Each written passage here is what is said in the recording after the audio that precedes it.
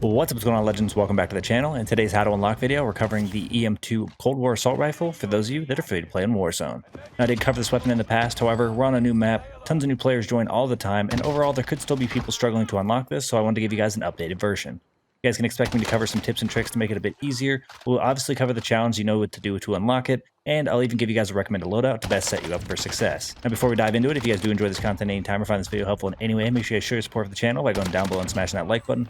Go ahead and throw an easy goal of 50 likes on today's video, as well as if you'd like to find your way back to the channel for more Call of Duty content, make sure you hit that subscribe button alongside that notification bell so we don't miss you in future videos. Alright, in order to unlock this, first you're going to need to know what that challenge is. If you go to where you edit your loadout, you go over to the assault rifle category, you scroll down to the EM2, your challenge should be read as follows. Using assault rifles, rapidly kill 2 or more players in 15 different completed matches. Now, in order to clarify it just a little bit, what you can essentially do is get a double kill or better, and it should still count towards your progress. Now, when it comes to game modes, you guys can absolutely jump into a limited time mode, whether it's Caldera Clash, Rebirth, Blood Money, Quads, or something else. However, those aren't always in the game, so I want to go towards something that is a little bit more consistent, which is going to be Plunder. The great thing about Plunder is the matches can be from 10 to 20 minutes, giving people of all skill levels a little bit more opportunities to actually get that progress towards their challenge. When you are diving into the Caldera map, you're absolutely going to want to land at the airfield, as many people go here to level up weapons, do their weapon challenges, or they just know it's the most popular area on the map, so they land here to try to rack up those kills. Now, this challenge can be a bit tricky, as you're going to have to kill an enemy and then obviously eliminate another one within a 3 to 5 second time frame,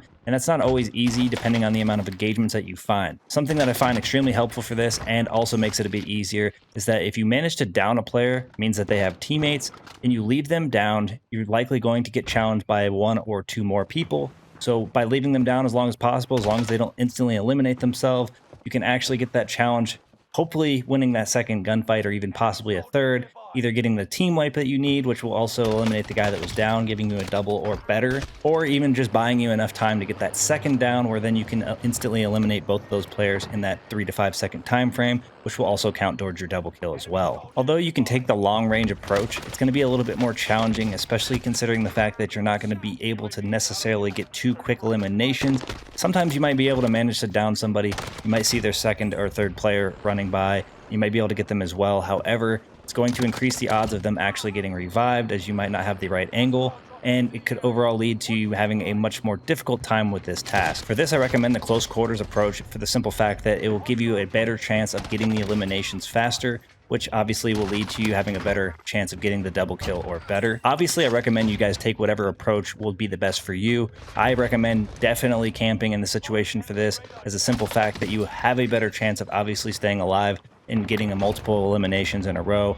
But there are some things you can actually do to increase your odds. Personally, I find running Dead Silence to be extremely helpful. This will give you silent footsteps. So if you manage to down a single player and they kind of have an idea of where you're at, you're able to pop that Dead Silence, take off and move to a different position, losing them possibly, and they may not even know where you're coming from. You can actually even sneak up behind them and eliminate them as well. Another thing I recommend that is extremely helpful for this challenge in particular is running High Alert as your second perk. This is going to give you the indicator that somebody might be looking at you and in what direction they might be coming from, which will allow you to choose a position in order to take on that engagement, increasing your odds, of course, of survival and obviously getting another elimination that you might need. Something I'd like to add that could give you a better chance of getting that double kill or better is landing at or near a building. Go inside that building, especially if you know tons of players go there. There's that H or U-shaped building that I know is very, very popular.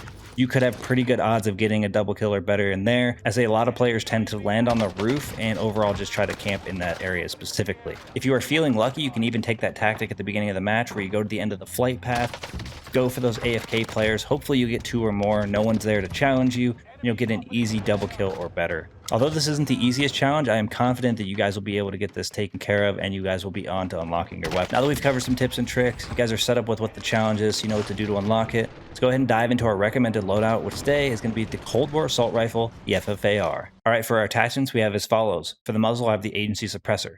For the barrel, I have the 19.5-inch Task Force. For the rear grip, we're running that Serpent Wrap.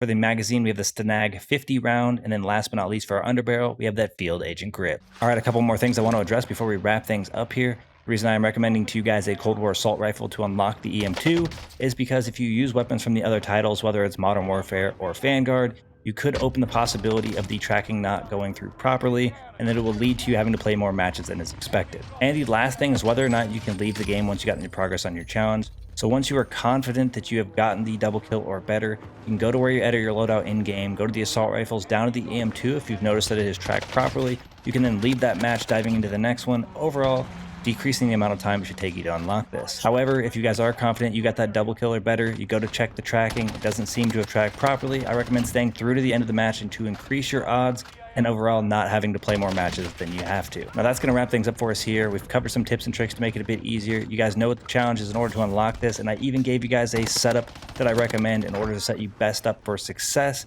So thank you guys for all the support in today's video, all the support on the channel, and I look forward to seeing y'all in the next one. Peace.